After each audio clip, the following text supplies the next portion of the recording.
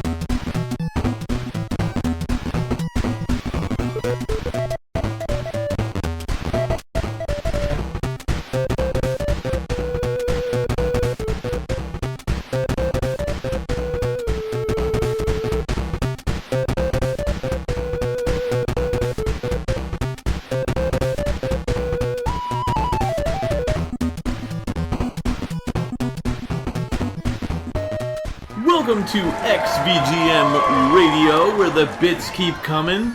I'm Mike. And I'm Justin. And this is episode 11. XVGM Radio presents Spookyfest!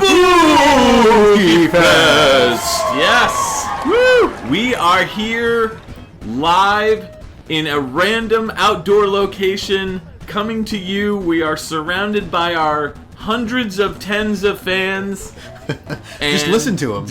Yeah. You could hear them in the background there. And we are doing something a little different than usual for the episode. We are going to do this basically, we're here doing a radio show, like a live radio festival. Yeah, live radio coverage at a radio music festival. Yes, exactly. Yes, one that we're putting on. And we've got tons of awesome Halloween and spooky related music to play you from various video games. And we are excited to be here. This is your first Spookyfest. This is my first Spookyfest. First Spookyfest all around, even for all the people here. Yes, absolutely. But we hope to come back again next year and do it all over again. Maybe we'll come to your house and do it. Oh, yes. Yes. You could be the lucky Patreon fan. We're going to add that as a tier reward now. Yeah, like $2,000 to fly us out so we could sit in your lawn. But yeah, so spooky games, spooky music. Spooky games. Yes. Spooky music. Come on. Well said. Come on. Don't be amateur about this. So, we have a bunch of really cool tracks. We kicked off the festival with New Ghostbusters 2 on the NES. This came out in 1990 in Japan and the UK, or Europe rather, respectively. And that track was Level 4, The River of Slime. It was by Jun Ishikawa.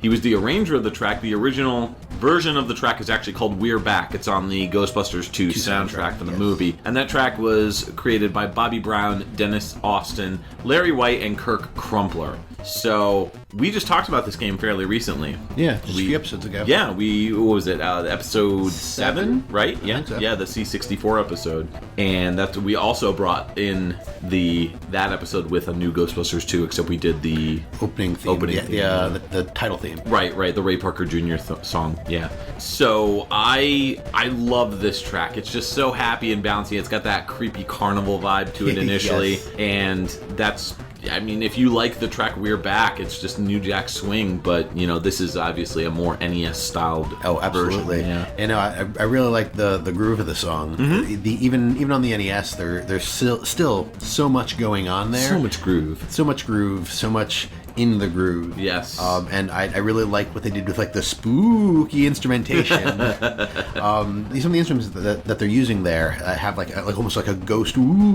sort of quality feel to them. Okay. Which I think really makes this an appropriate track. Yeah. One of the parts of the track where you hear like the woo woo woo. Yeah. Like that stuff, yeah. No, I agree. And I mean, we already talked about this game fairly recently, so if you are kind of not sure, go back and listen to episode 7. Basically, this is a game that came out, it was created by HAL Laboratories. That's why Jun Ishikawa is on this track, because Jun Ishikawa is pretty much the HAL Laboratories Phenomenon. Composer, also known as a phenomenon. Yeah. So, Jun Ishikawa's done so many Kirby games, just like pretty much almost every single Kirby game. I think it's every one of them. Almost every single one, yeah, if not all of them. So, but Bobby Brown, not so much known for his video game music. So this is obviously like arranged and licensed.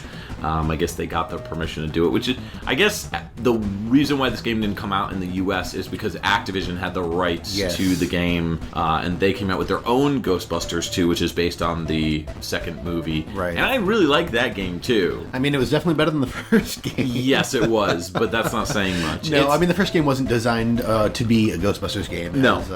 I think I made a post about that a while back, around the time that we did that episode. Yeah. But yeah, so I mean, it was another game that they kind of slapped Ghostbusters on, and that's why it kind of wasn't that great. But Ghostbusters 2, I have to say I have not played Ghostbusters 2 on the NES because I didn't enjoy the first one. Yeah. Oh, okay. So I should probably go back and take a look at that. Yeah. But I'd love to play this one. I don't know if it's any good, but the music on it has been consistently good. Yes, the music is fantastic and the game is great too. So New Ghostbusters 2, I highly, highly recommend anybody who is a Ghostbusters fan or just a good game fan to pick it up because it's really good. It's like a top-down Zelda kind of game in the sense that you're kind of walking around the different levels. It's all level-based, but you're walking around and you have a partner with you. One of the 4 Ghostbusters. I think they put Winston in it. For whatever reason, they always leave Winston out. I don't know why. It's weird. But anyways, but the second Ghostbusters game that came out for NES, you actually do also play as the 4 Ghostbusters individually. So each level that you play, you get to play as the different Ghostbusters, and you get to play like the scene where they are controlling the Statue of Liberty with the NES Advantage. And you actually get to control the Statue of Liberty. I don't know too many games where you get to do that, so it's pretty. You should have made it so where it's a special level that only unlocks if you have an NES Advantage plugged into your console. That would be awesome. That would be so meta, though. Yeah, like super. Like you're playing a game with an NES Advantage that the characters from the movie are also playing with an NES Advantage. Exactly. Like super meta. So the first track that we're going to get into on this spooky journey is my pick, and it's from Monster House on the Game Boy Advance. This game came out in 2006. This track is called Floor 4, and it is composed by Manfred Linzner of Shinen. So, let's spook it up. Woo!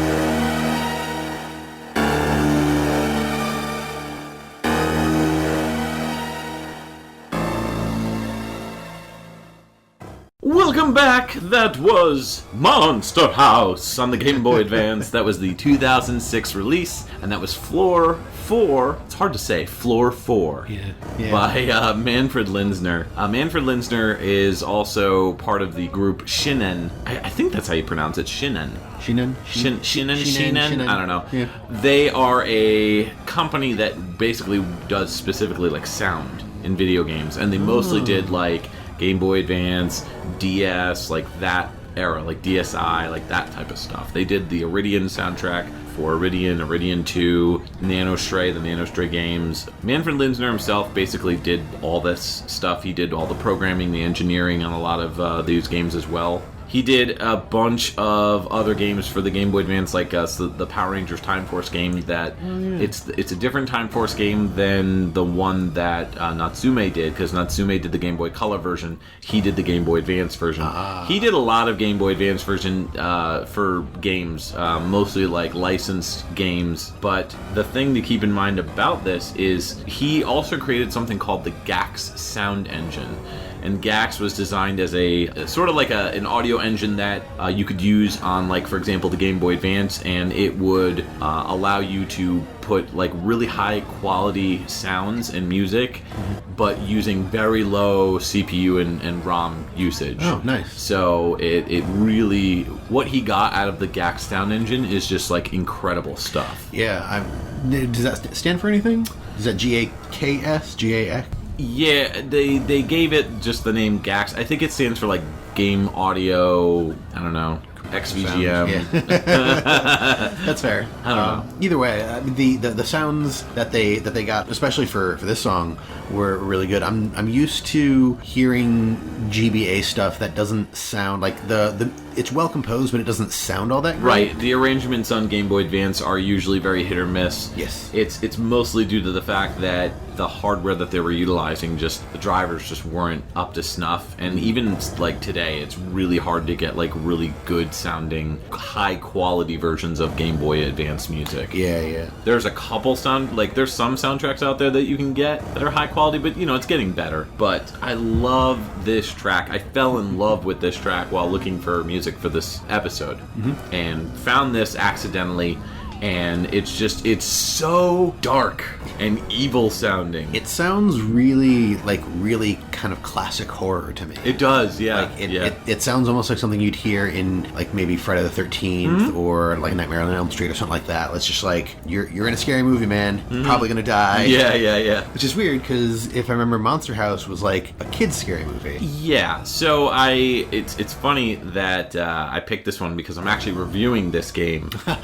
So the review should be out, hopefully, fingers crossed, should be out by now, so go check it out. I watched the movie again to, like, you know, familiarize myself with the content.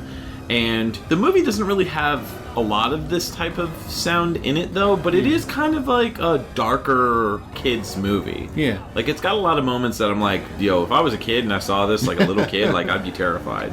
So there's a lot of spooky stuff. There's a lot of fun stuff, funny stuff in the movie, but... It's 3D animated, right? Yeah, it's one of those... Or... Yeah. Steven Spielberg did it, so it's okay. DreamWorks, yeah. Game in particular is fantastic. It's like Resident Evil meets... like Zelda, like top-down Zelda Link to the Past style. You're going through the mansion. You could play as all three characters. DJ, who's the they're all like teenagers, like preteen. There's DJ, who's the main male character. Then there's Jenny, who's the female, lead character. And then there's Chowder, who's like the fat, like lovable, kind of like Frady Cat kind of sidekick. Yeah. If you will. And Chowder's kind of like the powerhouse of the game. I mean, you'll watch my review, so you'll know. If you watch the review, you'll know exactly what I'm talking about when it comes to Monster House. I go really in depth on the game and discuss it. But yeah, it's basically top-down Resident Evil. That's for really the most cool. part. Yeah, it's really cool. You go through the different floors of the mansion to try to stop the house from eating other people and stuff like that. So it's cool. Very cool. Yeah, it's a good game. So, and great soundtrack. I love the start and stop feel to it, where it's yeah. like dun dun dun dun, and then it cuts out, and you're like, was that it? And then it comes back in, and just keeps doing that throughout the entire track. That whole start-stop thing. I'm a sucker for that. I love that in video game music. Yeah, the piano hits particularly were very, very hard, and it's great because when it hits particularly the low notes, I feel like it's sort of the second half of the loop. The lower piano hits, they linger, like it makes your like body vibrate. Yeah, the dong. Yeah. Like it's really thick and heavy. And then you've got those weird like horns, those really dark, evil sounding horns that kind of come up towards the end of the track where it's like Yep. where like during each start and stop at the end you'll hear those horns come in, like fade in and fade out at the end of each part, and it's just like it's just gripping. It's a really gripping track. So Hey, somebody's coming up to the booth. Yeah. Looks like Dan from Medievil. oh wow, we got a celebrity in here. Yeah, sweet. How can we help you?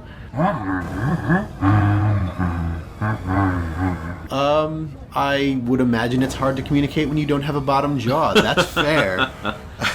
My bad. Let's say we split the difference here and play a track from the first game, Medieval. That sounds like a plan. I think he wants candy though. I think that's why he's here. I don't know if he can chew it. Yeah, Maybe he'll just candy corn. Yeah, there you go. Maybe he'll just just gulp it down. Who knows? So we'll play the Hilltop Mausoleum from Dan's game Medieval, which came out on the PS1 in 1998. This is composed by Paul Arnold and Andrew Barnabas.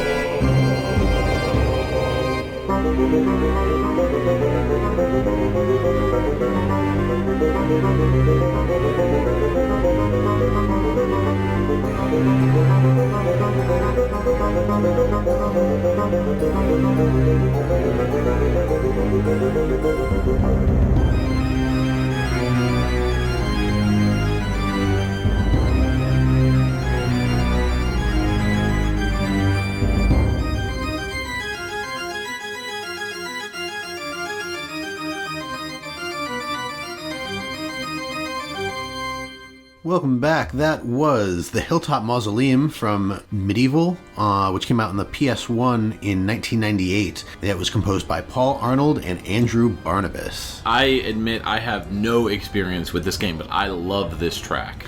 It was great. I mean, I'm a sucker for organs. Yep. So... Well, as a fan of Castlevania, how could you not be? Oh, absolutely. No, I just really love the whole Baroque era Yes. of classical music. It's just really, really awesome. I don't know what it is about organs and harpsichords, but they light my fire. They light my fire, my friend. Probably has a lot to do with you not growing up in the Catholic Church. It's the only... I'll tell you, not to say anything bad about the Catholic Church, but man, the music, like, I like organs, and I appreciate them much more these days, but growing up like that, it's like, oh, you hear an organ, and I just start falling asleep. So, I don't know if you know this, but in synagogue, they do have organs as well. Really? Yeah, a lot of synagogues do have organs, so they do play that sort of stuff. But it's all not Baroque. You know what I mean? Well, yeah.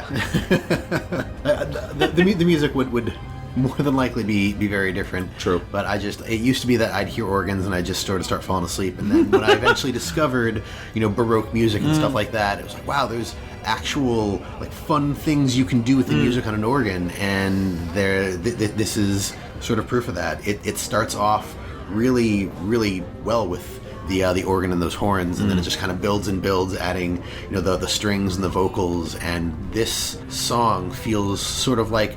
So earlier I was saying the song from Monster House sounded like a classic horror. Sure. I feel like this is like old world. I don't know if I'd say horror or scary stories, but like this feels like old world, like Dracula, Frankenstein stuff. Like the Universal monsters. Yes. Not necessarily like slasher movie. Yes, exactly. That's right. Good comparison. Yeah. No, there's a pretty distinct difference there. So, but I agree with you. I think that this is more like the old school Universal, like not really the Hammer horror films, but like this is like the old school Dracula type. Frankenstein's monster, that sort of stuff. So. Yeah, and that really makes sense too, considering the setting of the game. So you said earlier that you haven't played this game. I haven't played it in a very long time. I played it when it first came out in the PS1. And for those of you who enjoyed it or never got a chance to play it and want to give it a try, it's apparently being remade for the PS4, getting a remaster like so many other good so many games. Remasters. Yeah, Spyro got a remaster, Crash got a remaster, Ratchet and Clank, right? A lot of those old classic games. But so the plot of the game is that there's an evil sorcerer named Zarok who wants to take over the kingdom of Gallowmere with his undead army, and Sir Daniel Fortescue, that's Dan that we mentioned earlier, he led the king of Gallomere's army to victory and managed to kill this sorcerer before he himself succumbed to his wounds. In reality, however, he was actually killed by the first arrow fired in the battle. Fun. So sort of all this stuff kind of happened in his head. And then 100 years later, the sorcerer reappears casting a spell over Gallowmere, bring his undead army back, and Dan rises from his grave. But rise from your grave. Exactly. Dave Thomas, rise from your grave. Okay. But yeah, so the game's fun. It's a lot of fun. It's sort of an action hack and slash game. Okay. I never played. Yeah, I don't know why I never played this. I really don't. It seems like something I would love, but you know what it is? I think I just thought the character was too goofy. He is goofy. I mean, he's a very cartoony looking skeleton, missing the bottom jaw, in like knight's armor. So he's a little goofy. We got to keep it down though, because he's right over there. So we don't want to say too many negative things about him. So I mean, he does really well. Yeah. For that. He did well enough to get a sequel, Medieval 2. That's true. Yeah. So overall, it was really good. I don't know if I would have known about it had it not been for those PlayStation demo discs. Sure. It was one of the games that I got to play a demo of, and I was just like, wow, this is a lot of fun. Is that like that's Kid Justin? That's Kid Justin. Whoa, it's a lot of fun. Whoa, guys. All right. So the composers, tell me about them. So, two composers, as earlier mentioned. Paul Arnold has done a number of things, and he's even been somewhat recently active. Ooh. Started out back in 1996 with a game called Creatures, did sound effects for that, and then did music for Frogger in 1997. A couple other bigger titles, Beast Wars Transformers, obviously Medieval, Gran Turismo 2, Medieval 2 he did the music for as well, Primal, Pac-Man All-Stars, Shell Shock 2 Blood Trails, and then up till more recently, he did some tracks on Forza Motorsport 4 in 2011, and most recently Riggs Mechanized Combat League in 2016. Yeah, it seems like he's mostly like bouncing back and forth between composition and like sound supervising or sound engineering. So yeah, a lot of the more recent stuff, it's mostly like the supervisory positions. Okay. But Andrew Barnabas also has a number of different things to his name. He composed music on a game called SWIV, or SWIV, in 1991. Oh. and did some music in Double Dragon 3, The Rosetta Stone. Moving up to Disney's Aladdin in 1994, he did some of the music arrangement for that, for the music that came from the film. Aladdin, Yes. probably working for Virgin Entertainment because he also has credits for Global Gladiators and Cool Spot, so he's probably working with Tommy Tallarico. Yes, more than likely. He also worked on Creatures and Frogger in 96-97 with his buddy there. Did more of Medieval for Medieval 2. Did the soundtrack on that. Pac-Man All-Stars also in 2002. Neverwinter Nights 2. Storm of Zahir in 2008. And again, ending in 2016 with Riggs Mechanized Combat League. He wrote some music and produced some music for that. Looks like more composition, less sound engineering, but still he Yes. had some of that in there. Cool. Okay. So that's, I'm going to have to check this game out because I know nothing about it. And speaking of which, here's another game I know almost nothing about. It's Nightmare Circus on the Sega Genesis. This track came out in 1996, a pretty late release for the Genesis. The track is called Wall of Death. It's by Kurt Harland, Jim Hedges, and Andy Armour.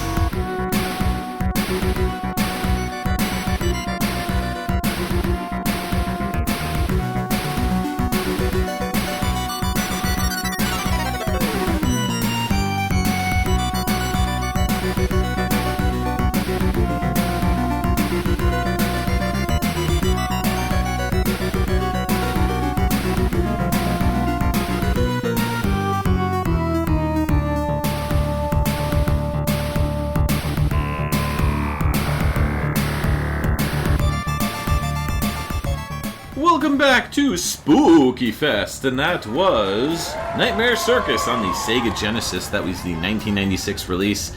The track we listened to is Wall of Death, and that was by Kurt Harland, Jim Hedges, and Andy Armour. So this is a weird game, super weird game. It's a Genesis beat-em-up developed by Funcom and published by Tectoy. Tectoy, I think, is that Brazilian company. They're like a Brazilian toy company based out of Sao Paulo, and they were largely responsible for bringing Sega products to Brazil and to South America, so it's pretty cool. Nightmare Circus is a game where you are in a circus that is taking place in Arizona. I guess the circus burns down, and there's this whoever was the operator, I guess his name is Jester. He is basically cashing in on the insurance policy. Jester was, responsible for all the people that got killed in the fire, but I guess he was sentenced to be executed. But before he was executed, he basically cursed the victims which is weird. Terrible. So years and years and years later, you're playing as this main character. His name is Raven. He's a Native American man. And he was one of the people who lost relatives in that tragedy. So he goes to investigate to try to learn more about what happened. And then he's there until like the evening, and that's when things get kind of crazy because the psychic energy of Jester recreates the burnt down circus. And so you're going through the whole game in this creepy, crazy nightmare circus. And it's just weird. It's a very visually weird game for the Genesis because it looks inferior graphically. That's weird. It's really harsh looking graphically. Like if they were going for like a really dark, dingy tone, they nailed it because it doesn't look as polished as other Genesis games visually. Music-wise, though, this is all really good stuff. The soundtrack, you could tell that Kurt Harlan worked on this. Kurt Harlan, better known to Information Society fans for the synth pop band, he's the vocalist, and I believe he's also one of the composers as well. And he owned the rights during the around this time. I believe he owned the rights to the group. So he was like actually using some of the music that came from some of Information Society's albums in certain games. Like I know Balls 3D has some music from him, and Legacy of Kain Soul Reaver he worked on. That has some music from some of the Information Society games, supposedly. So yeah, it's pretty cool. He did X-Men 2 Clone Wars, which he did a phenomenal soundtrack on that. He worked on the sound effect for the Death Junior series, as well as additional audio. His last game was Resistance Burning Skies in 2012. Since then, he rejoined Information Society initially as like a temporary thing, like a kind of like a part-timer, and then he jumped on full-time, so he's like back in the band. So it's pretty cool. Yeah. Jim Hedges is a composer that's composed for a bunch of different stuff, working on games with like Crystal Dynamics. So that probably makes a lot of sense, and that's also where Kurt Harlan was also working too for a brief point in time when he was working on the Legacy of Kain Soul Reaver soundtrack with Mr. Hedges here. Oh yeah, they did Blood Omen 2, I think. Yeah, that's what it's called. Well, he also did Legacy of Kain Soul Reaver. He did Soul Reaver 2 as well, which is Legacy. What I'm thinking of. He did Soul Reaver 2, which is Legacy of Kain, but there's also Legacy of Kain Soul Reaver 1. Right. And Blood Omen was sort of the other side of that. There's a Legacy Blood of Omen Kain 2, series yes. has a whole. There's Blood Omen, Soul Reaver. Yep. It's been a while. Yeah. No, I hear you. I really have only played the first Soul Reaver like very briefly. So he did Gex Enter the Gecko and Gex 3 Deep Cover Gecko with John Baker, and he's pretty much stuck with that kind of stuff, like some of the licensed stuff. Andy Armour, kind of the same page.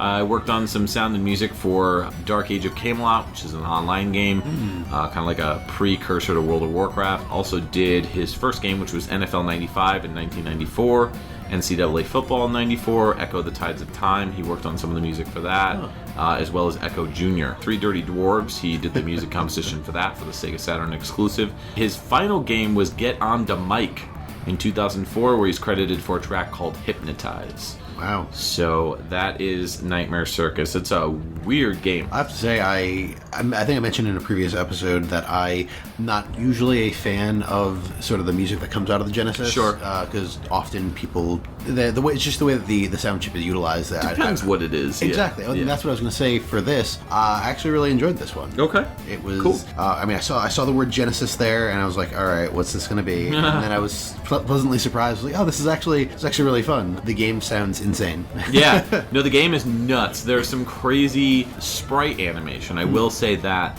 And you're making your sprite, the main character, do things. What's his name? Raven, I think. You're making Raven do things in the game that you don't normally see characters doing in video games. Like there's an animation for him like shimmying upwards on a wall, like climbing up like an upright wall, which was pretty impressive. So there's this part where you fight these like kind of faceless trapeze artist people, and they're like bouncing from pole to pole, and it's pretty crazy. So yeah, very visually impressive in that aspect. But yeah, this is a dark, dingy game. So if you want something perfect and something you haven't checked out for the spooky season, yes, definitely check this game out. So let's move to something a little friendlier. What do you got for us? So, interestingly enough, you're talking about Jim Hedges earlier, and he does, or did a lot of the WB cartoon type game. Yes. Looney Tunes and stuff. Yeah. So, surprisingly, he did not do this next one. We're going to listen to a track from Tiny Toons Adventures, Buster Busts Loose, on the SNES in 1992. The track is called Stage 3, Spooky Mansion. I'm sorry, Stage 3, Spooky Mansion. There you go. And this is composed by Kazuhiko Urahara and Yuki Morimoto. Spooky.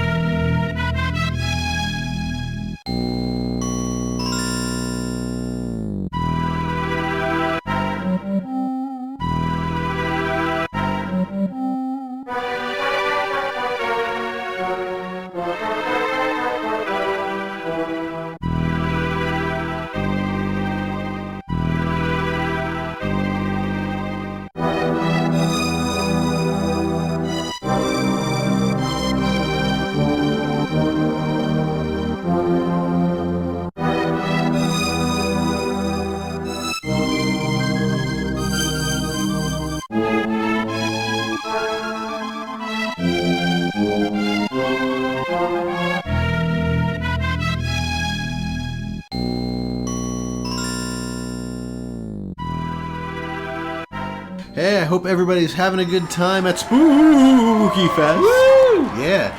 So that track that we just heard was Stage 3, Spooky Mansion. And that was from Tiny Toon Adventures, Buster Busts Loose on the SNES in 1992.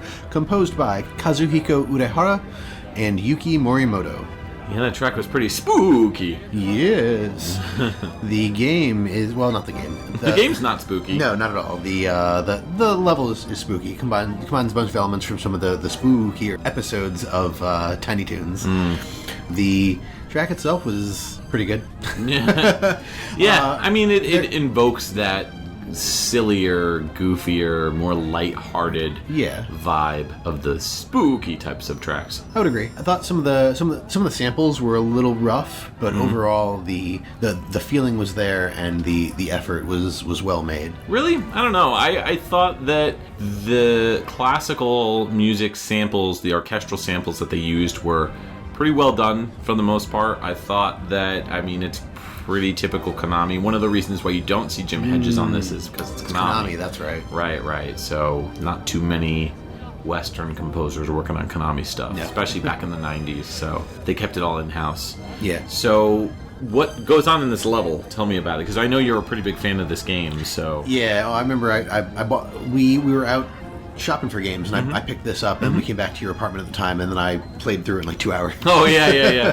The game itself, just to give people an overview, it's not as story-driven as some other games you might play. Really the only consistency in the story is that you're playing as Buster, and and he busts loose. And he busts loose, yeah. And ends up in these different situations. Each level is more or less like an episode. The first level is Acme University. You're actually late for class, and you're trying to get to class, and then you find out that Dizzy's going crazy in the cafeteria. So he busts loose. He busts loose as well. And then in stage 2, you're in the Buster does. Buster busts loose as well. Every level. Just Buster, like, running around like he's hopped up on goofballs and wackadoos. Goofballs and wackadoos. Yeah. And carrots. Yeah. Level 2, he busts into a Western movie, Montana Max's classic villain trying to steal something, and you run through there. And then this level, stage 3, is the Spook Mansion. It actually references a number of Tiny Toons episodes, including Stuff That Goes Bump in the Night, You Asked For It, Return to the Acme Acres Zone, and a couple other things. But it all takes place, like, you get caught out in the rain in a cutscene before the level, and you enter this mansion to get out of the rain, and there's ghosts everywhere, and you're trying to get yourself through the mansion without getting spookified. Spookified. Yeah, there's actually... I don't have that much experience with that many Tiny Toon games other than the first game that came out on the NES. Yeah. I love that one.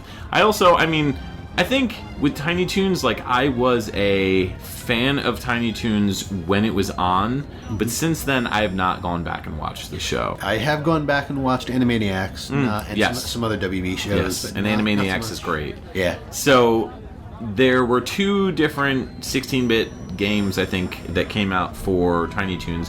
One was on the Genesis, one was on the Super NES. Yes. And they're both totally different, but I think you play as Buster in both of them. And I tend to prefer the Genesis version a little bit more. I think the gameplay is a little better. I think you have a little bit better control of Buster. I think they're both made by Konami too. So yeah.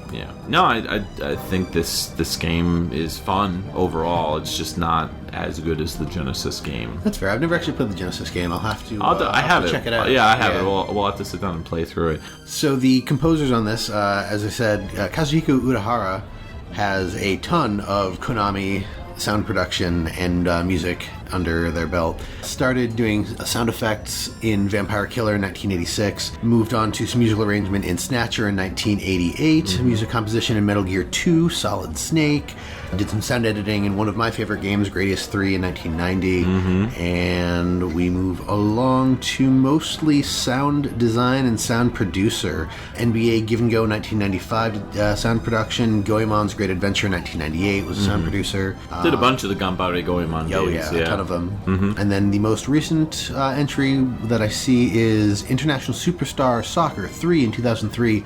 They did lead sound producer. Word.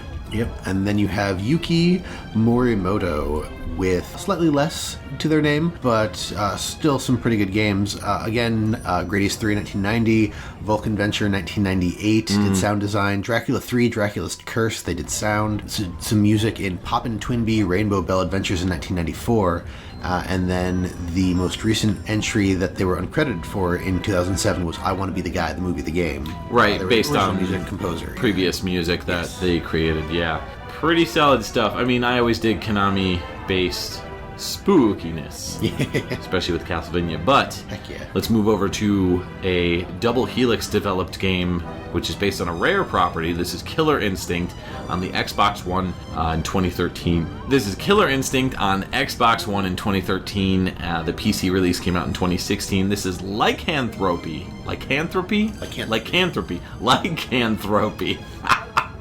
Sounds like a throat disease. This is Saberwolf's theme. This is by Mick Gordon, and it's taking influence and a callback from Robin Beanland and Graham Norgate's original Killer Instinct Saberwolf track. Sweet. Yeah.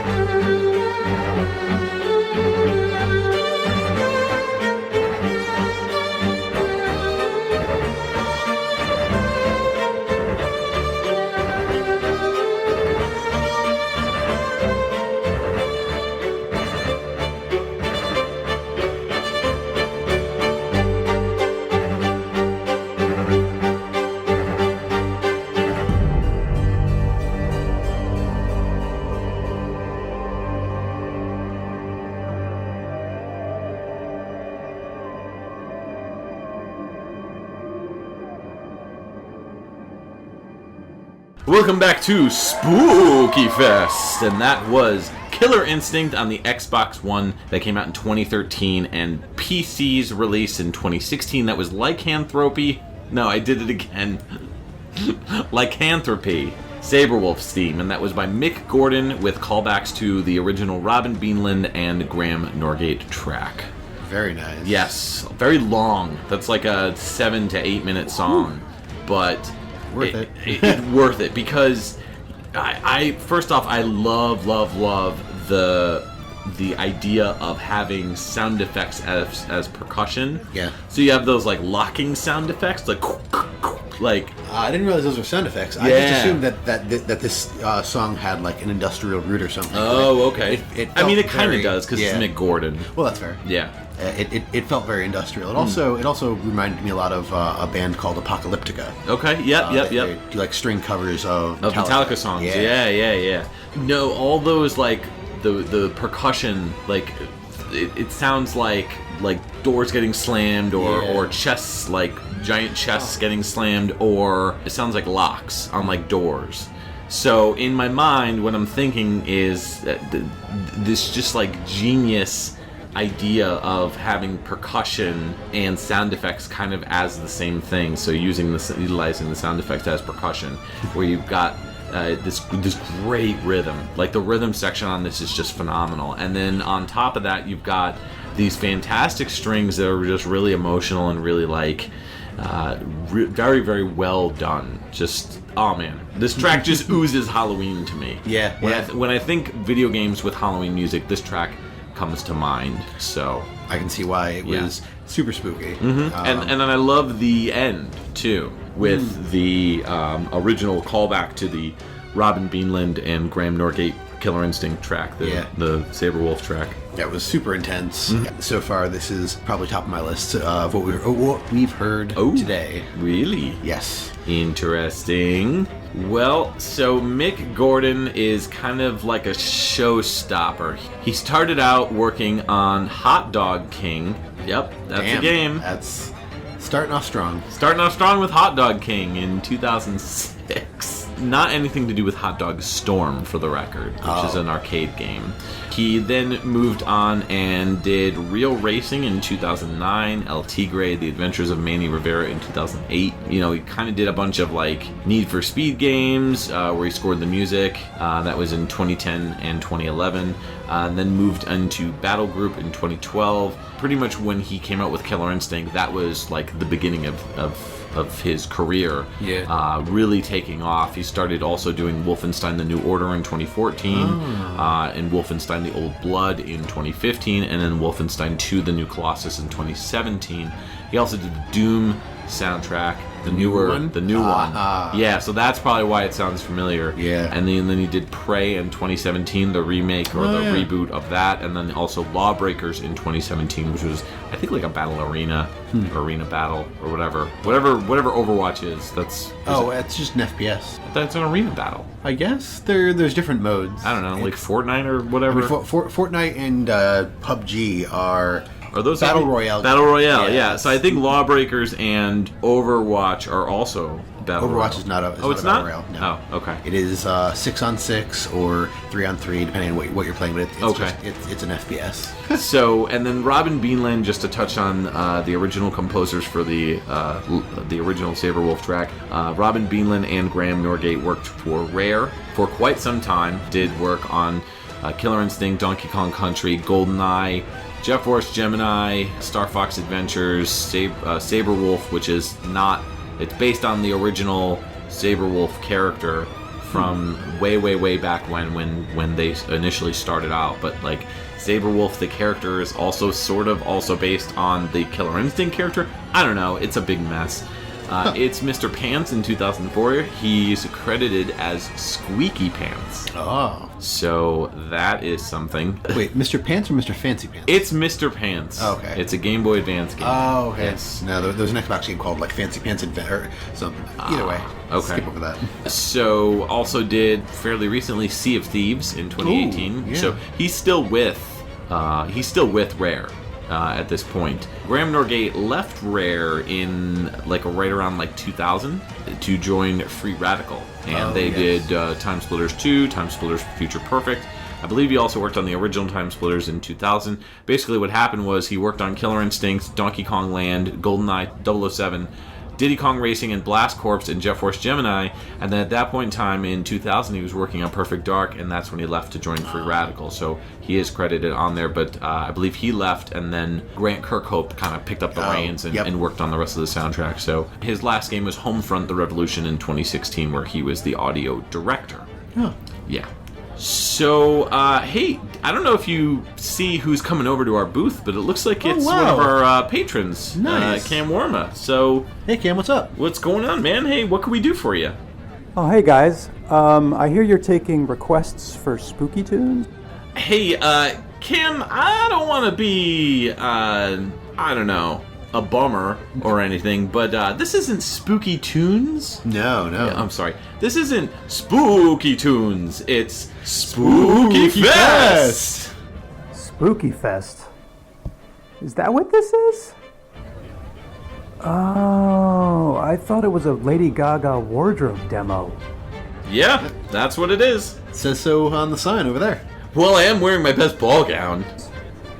How about the discolored wall from Castlevania Bloodlines? Well, hey, that sounds like a great track. It's one of my favorites. I love that song and that game. So... Heck yeah. So what's your favorite VGM-based podcast, Cam? Oh, that's easy.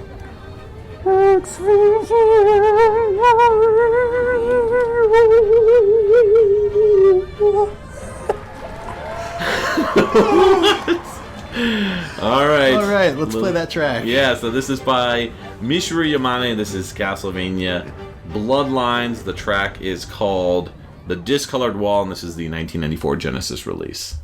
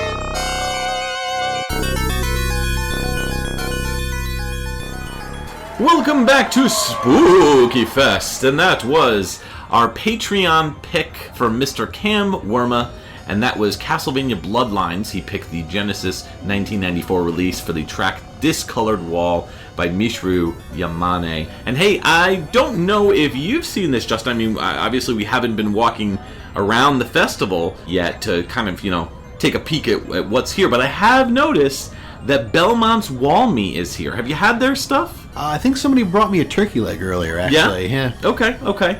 Well, I just want to let everybody know that this show is sponsored by Belmont's wall meat. Taste the power. Or that might be just concrete. Yeah, it's a very good possibility.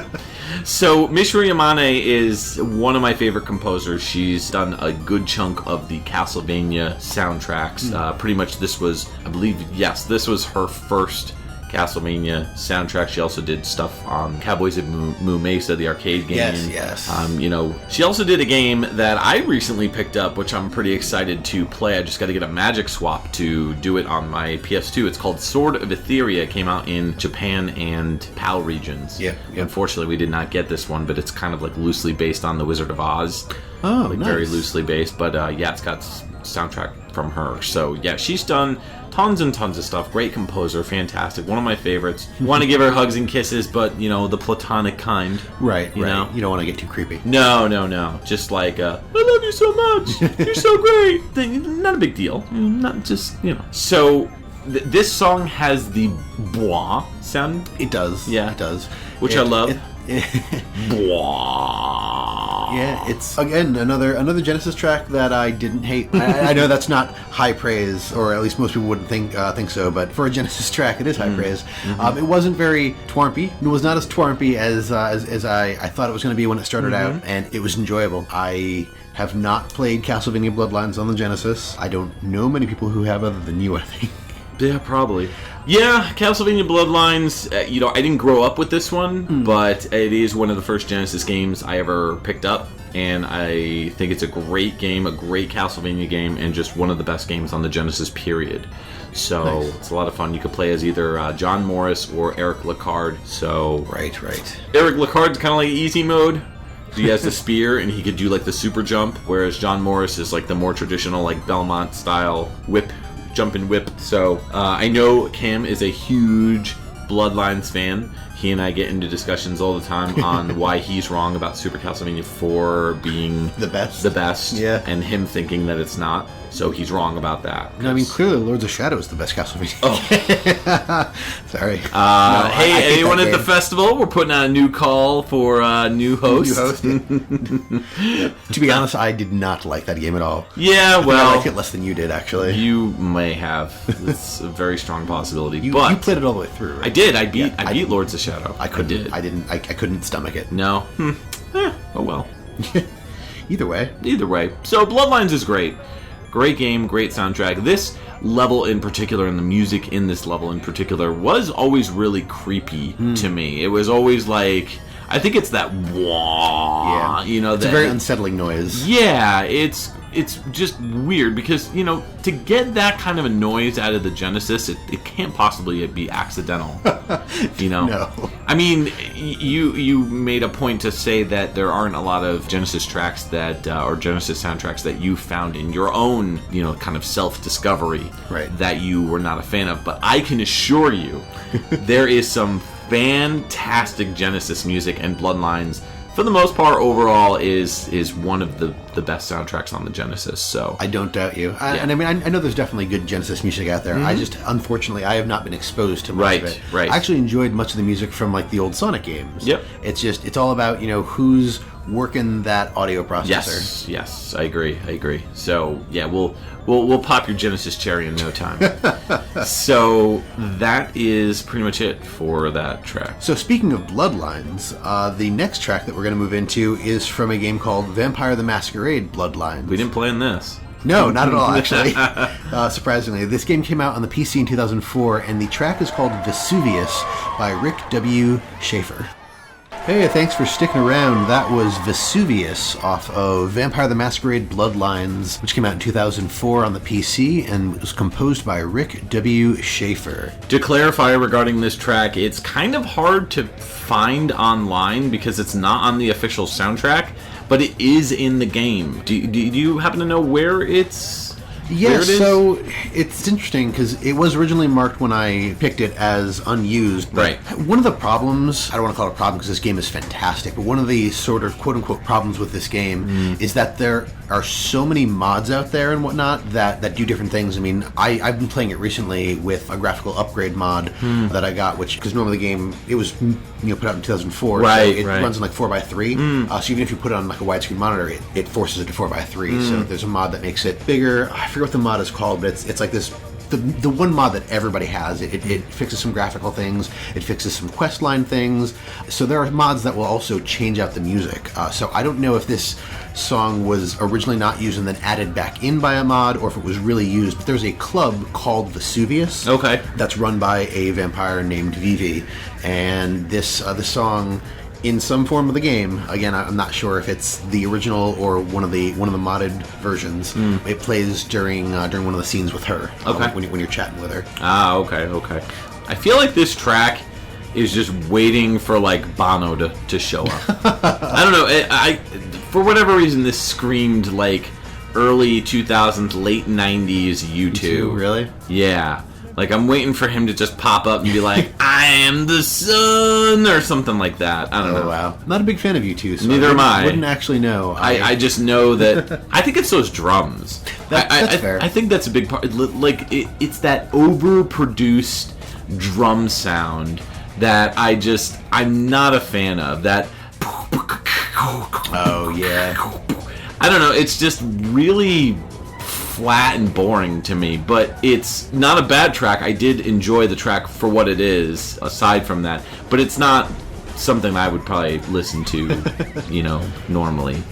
But I could see why it would fit in with this type of game, because the whole industrial, dark kind of vampire-y vibe, probably the track kind of reeks of that, so it does make sense. Yeah, no, definitely. And the rest of the soundtrack is kind of similar to this type of stuff, or I mean, I shouldn't say it's all over the place. A lot of the score, I should say, is very similar to this, but there's also like there's a number of different clubs. The entire game takes place in California, Santa Monica, Los Angeles, stuff like that, and of course every city that you're in has a vampire club that you can go to, and in the club there's usually like licensed music. And is there a chess club?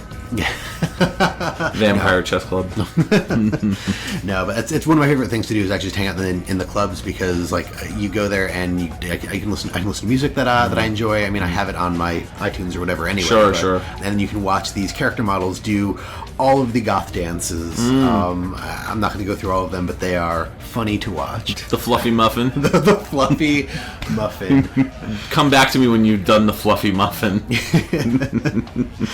So speaking of fluffy muffins. Speaking of fluffy muffins, you mentioned earlier that this episode is sponsored by Belmont's Wall Meat. We have a few sponsors this time around. Yes. We are also sponsored by Smiling Jack's School for Neonates. Have you been recently embraced? Are you confused about terms like the Masquerade, Sabbat, or vampires? Come on down and let Smiling Jack smack some knowledge into you.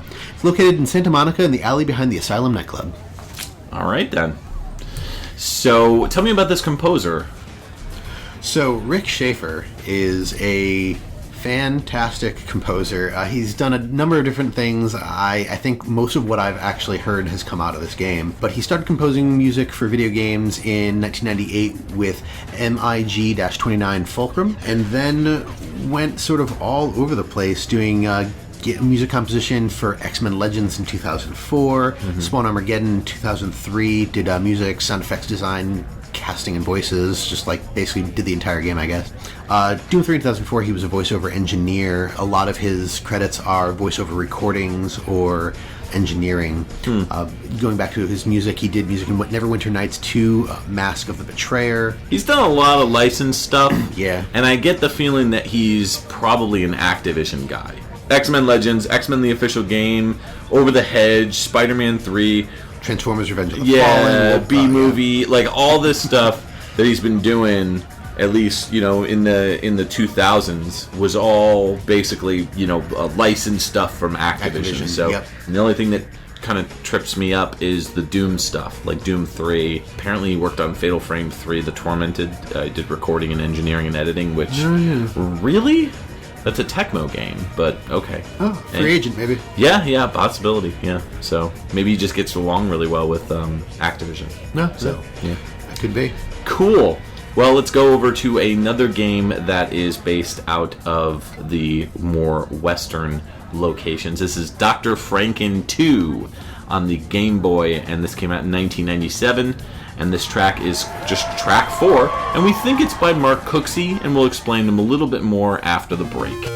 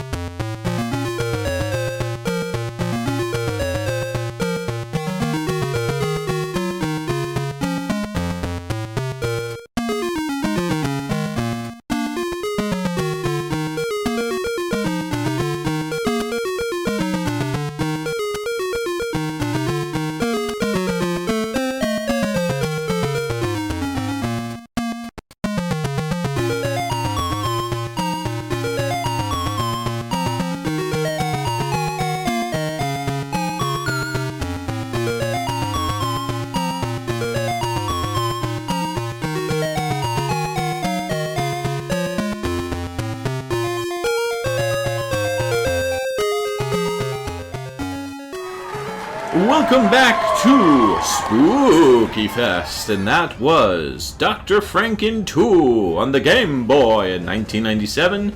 That was track 4, and we believe it's by Mark Cooksey. I actually reached out to Mark Cooksey on Facebook, because I am friends with him, and I was like, you know what? Let me just double check and see if he did compose for this one.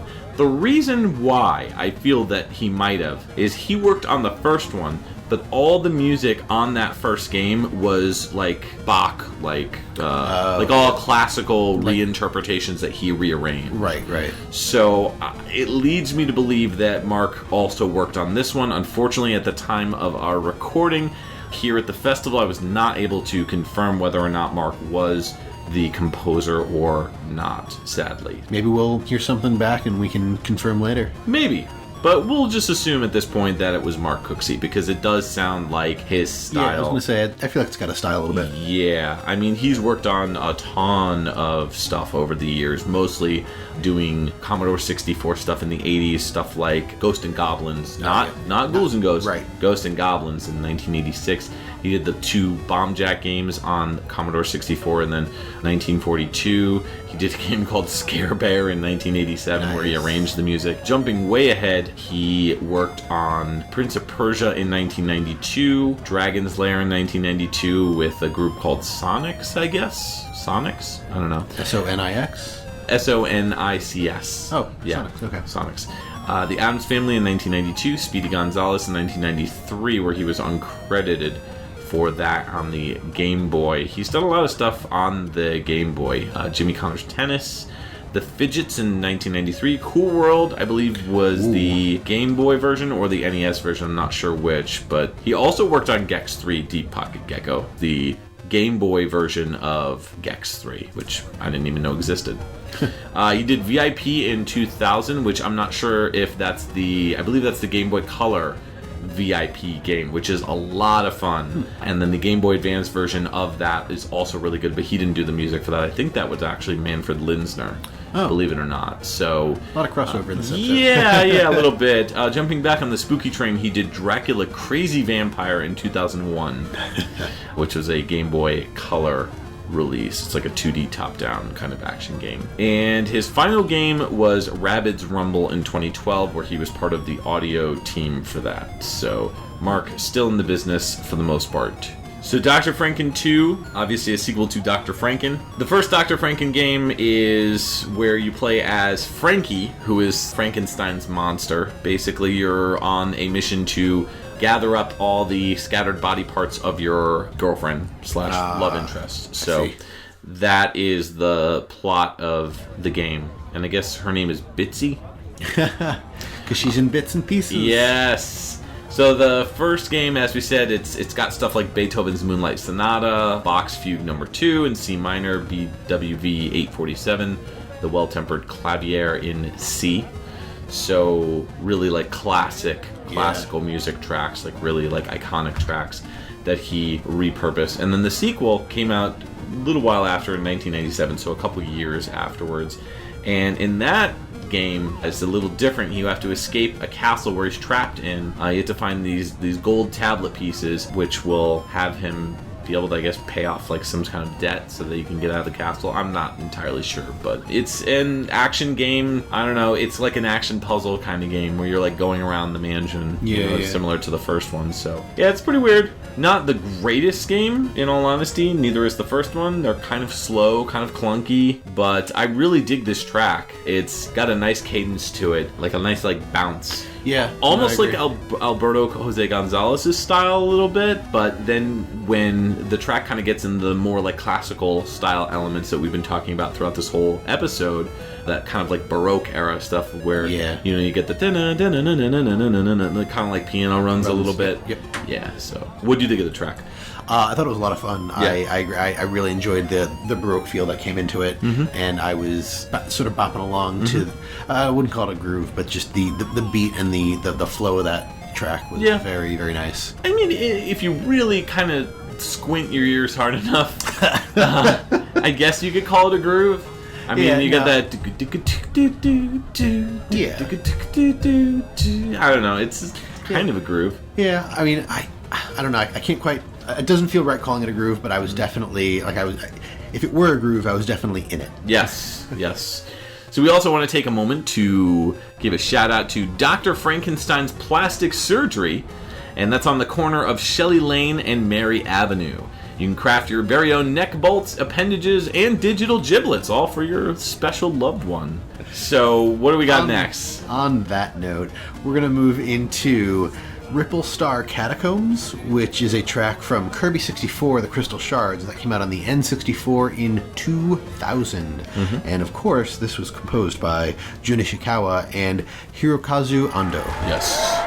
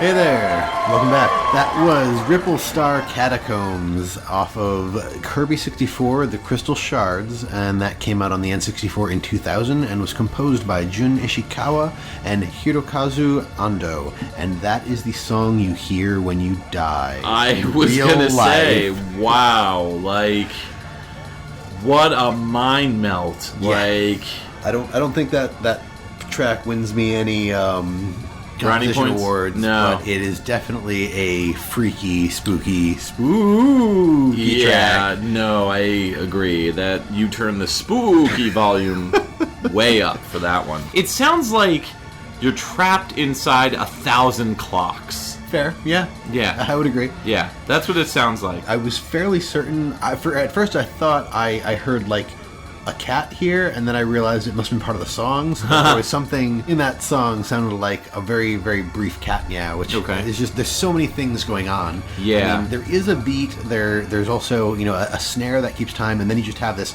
chaotic mesh of strings and bells or gongs or bowls being hit with a really large spoon. It's like the intro to Pink Floyd's Money. Oh, God. Played inside of a clock while your wrists are being slit. Oh, jeez. Okay. And you're playing the drums with your bloody wrists. Oh my God. The visuals are very intense. It's like Kirby swallowed a clock and you're inside the clock, and then Kirby spits you out and then keeps eating you. That's that really bassy boom. Oh yeah, that's him throwing you up. That's him throwing you up, and then after that stops, then he eats you again. So that's what's going on in the song. I played this game, like, I got pretty far in this game. I got to a point where I couldn't get past. There was a part where you had to have a specific set of pieces in order to advance, and one of the pieces that you had to get for the powers, because the way that it works in Kirby, normally you suck up the bad guys and you take their power, kind of like a pseudo Mega Man sort of thing, and then what would happen is you would use that ability to advance in the level. In Kirby 64, what they did was they allowed you to merge two different parts based on whatever you're collecting, and you had a lot more unique combinations that you could do. So you combine powers? Right, so you could combine powers. You could pick up one power like a fire power, then pick up like a sword power, and then combine them and then utilize them as like a fire sword sort of thing. So there was one involving, I think, like a rock or something like that, like a rock power that I had to go back in the game to get, and I just couldn't be bothered at the time. But I still own this one, and I really would like to finish it because it's a fun game. It's just, I don't remember this track at all. It might have been one of the later levels. Possibly, yeah. It does sound like a kind of a finale. Yeah, in a way. I would agree. So this game, Kirby 64: The Crystal Shards, as you well know, is a sequel to Kirby's Dream Land 3. The plot being that there's a planet called Ripple Star, populated by fairies. It's invaded by these things called dark matter, and one of the fairies named Ribbon, she flees trying to get their sacred treasure away from the dark matter, and the dark matter catches up to her, shatters this crystal thing, and then she ends up on Popstar, finds Kirby, and then Kirby decides to help her, and the rest, as they say, would be history. So it's Kirby, Ribbon, Waddle Dee, Adeline, and King Dedede. All go to try to help. Oh boy. Find these crystal shards. I don't know. It's been, no joke, 20 years. Almost 20 years since I played this game. Because it came out in 2000. I got it when it came out. I was in high school at the time. I was a junior in high school. And I remember playing it and enjoying it, and I got really far, and then I got to that point and was just like, I'm not going to play this ever again. And I kind of set it aside, and I actually ended up selling it at one point, and I ended up getting the game back from a mutual friend of ours. Actually bought it for me. He found it for me and bought it, and I gave him like $10, whatever it was worth at the time. I was like, yeah, here, I'll just give you $10. So it's back in my collection. I want to try to check it out. So, but Jun Ishikawa is obviously on this one, but Hirokazu Ando, the name is familiar, but I don't know what they've done. Hirokazu started composing music in 1992 for a game called Arcana, and then was also attached to most of the Kirby games, along with Jun Kirby's Adventure in 1993, Dream Course Dreamland 2, Super Smash Bros. In 1999, popping out of some of the Kirby games, Picross 3D, they did sound in 2009.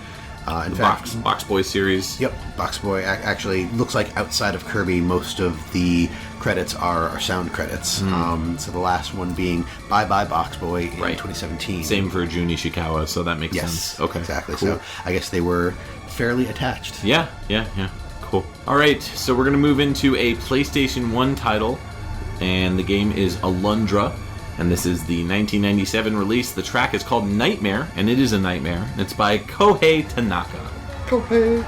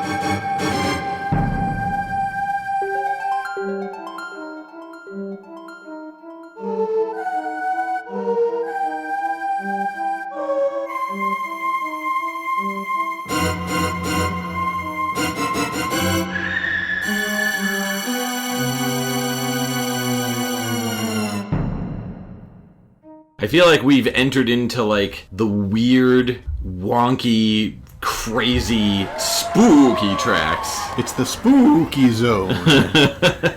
That was Alundra on the PlayStation 1. That was the 1997 release, and the track Nightmare was composed by Kohei Tanaka, and boy, that was a nightmare. Yeah, I will say that was more fun, I think, than the Kirby track. Yeah. The scream, I think, really made it. Like, in the beginning, yes, right there, I was like, oh. Definitely wakes you up. Yeah. I remember when I first heard it, and I heard the scream and was like, oh, it's going to be one of those kind of tracks.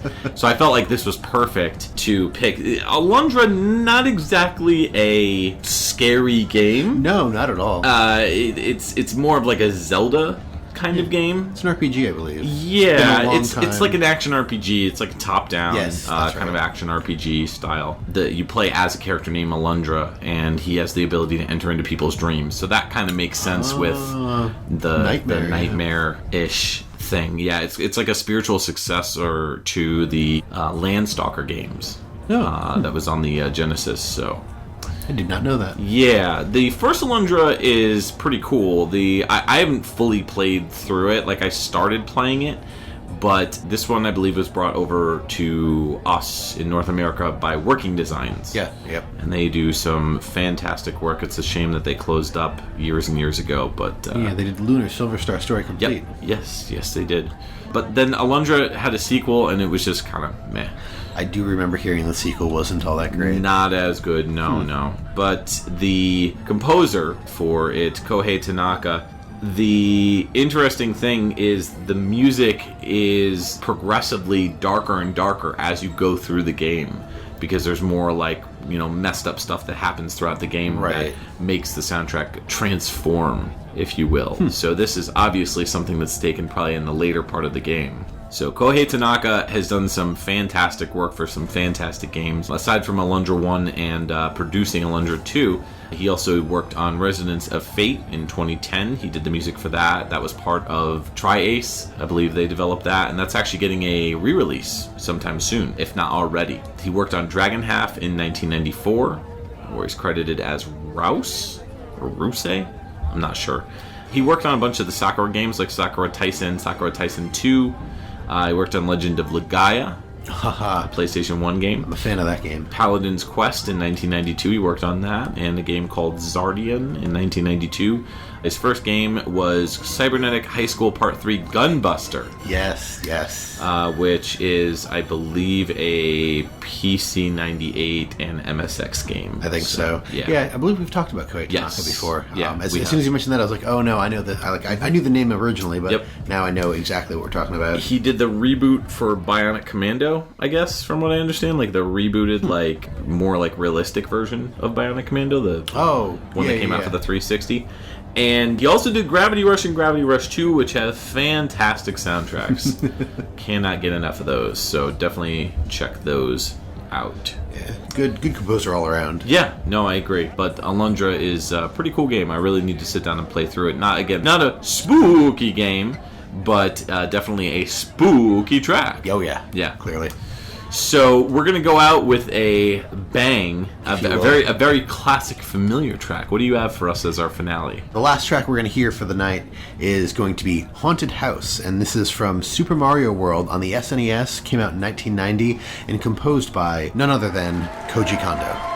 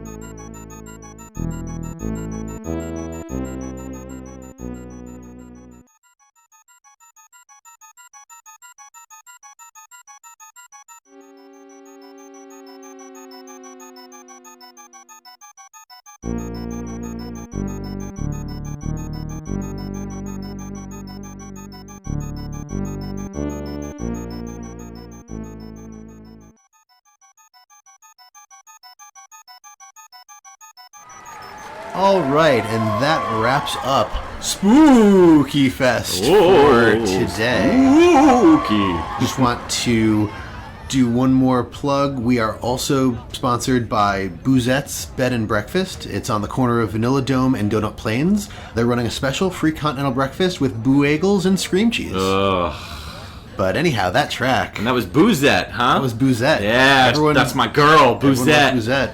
Not part of the Bowsette crowd. No. Got to be part of the Boosette crowd. I saw that poll that you did. I voted for Boosette. That's right. I like Boosette. Yes. Team Boosette all the way. So, Mario World. Never played this game. No, definitely not. I feel like we do this every time we have a big name game on the show. You know, classic. If you haven't played it, it's okay. You can, just crawl out of your hole and go find an SNES. And Yes, play. yes.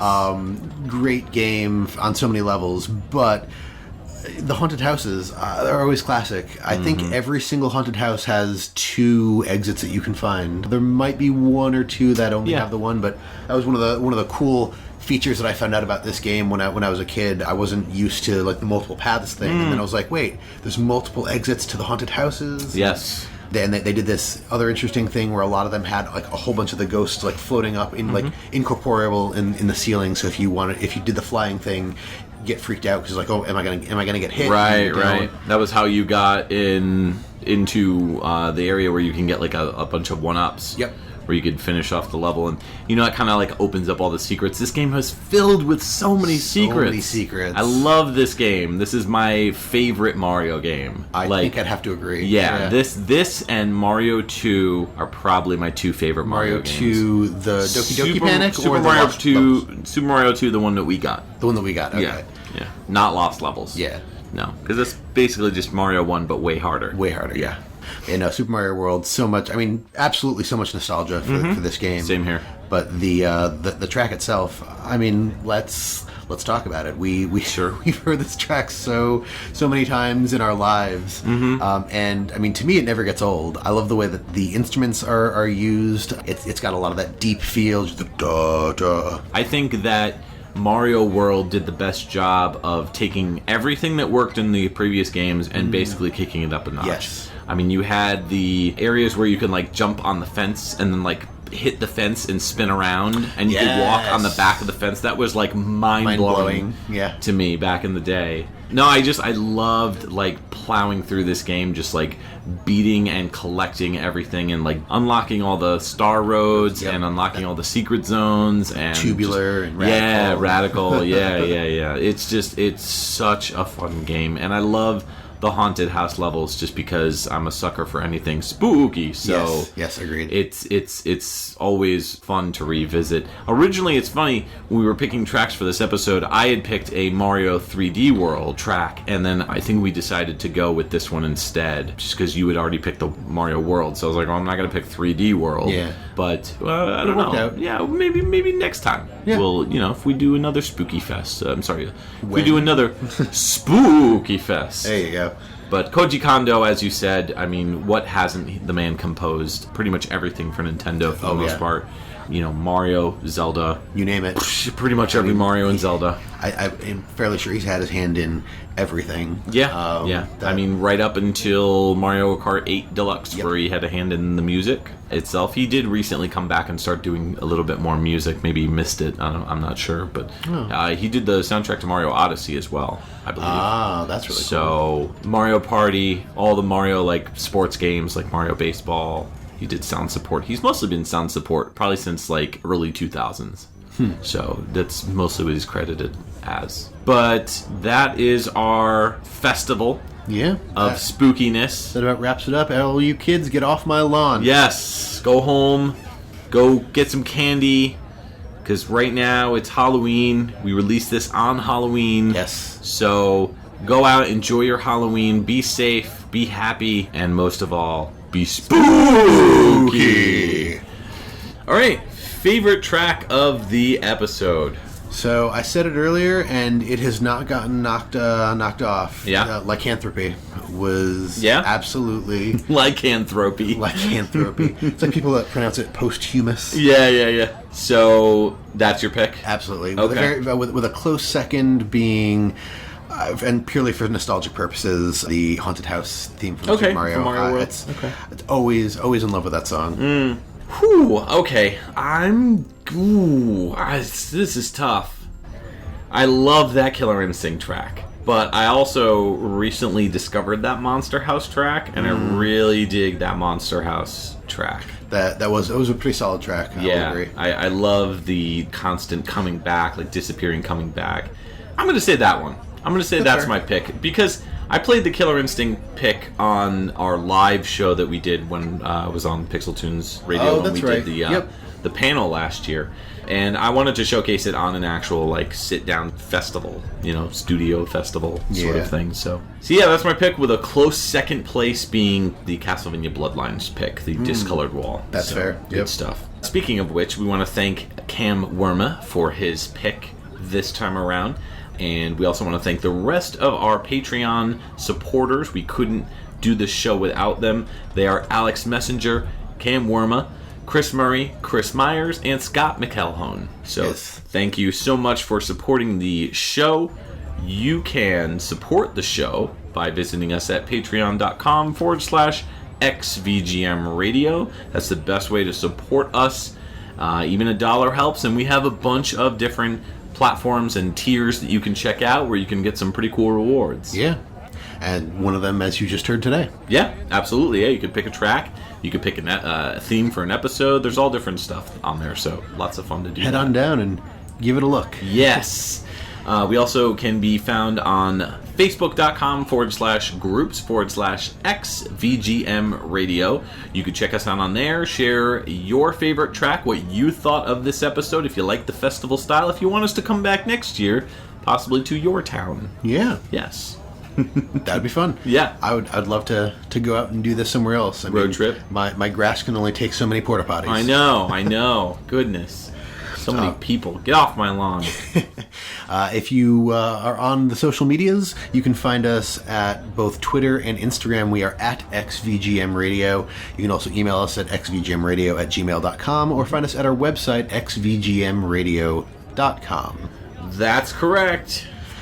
And before we wrap up, I just want to plug one more time, as I've mentioned in previous episodes, this weekend, assuming you are listening to this episode the week right it comes when it comes out. Or over the next couple of days, so Wednesday, Thursday, Friday, that Saturday, November 3rd, I'm participating in an event called Extra Life, where some friends and I are playing games for 24 hours to help a charity. The charity that we are playing for is Connecticut Local Children's Hospitals, so we are trying to raise money for children with cancer. If you have any interest in supporting us or, throwing a couple dollars our way to help invigorate us to stay up 24 hours playing these games, you can click on the link in the show notes, and that will take you to my Extra Life page where you can read more about what we're doing, and if you feel so inclined, make a donation. Yeah, absolutely. Yeah, always good to support a good cause like that. Absolutely. So, what do we got next episode? So next up, we are doing a bit of a crossover with some friends of ours. Yes. Rhythm and Pixels. Yeah, we are doing a crossover episode with Rhythm and Pixels.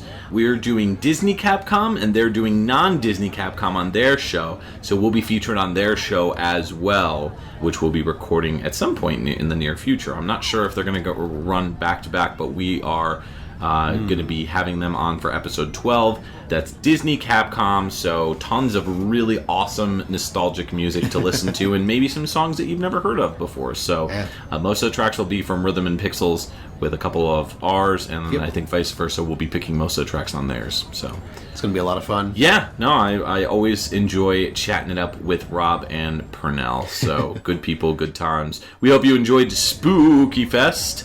Let us know what you think in our respective social media platforms, Facebook, or email us at xvgmradio@gmail.com. Yes. And that's it. And for XVGM Radio, I'm Justin. I'm Mike. Signing off. Spooky!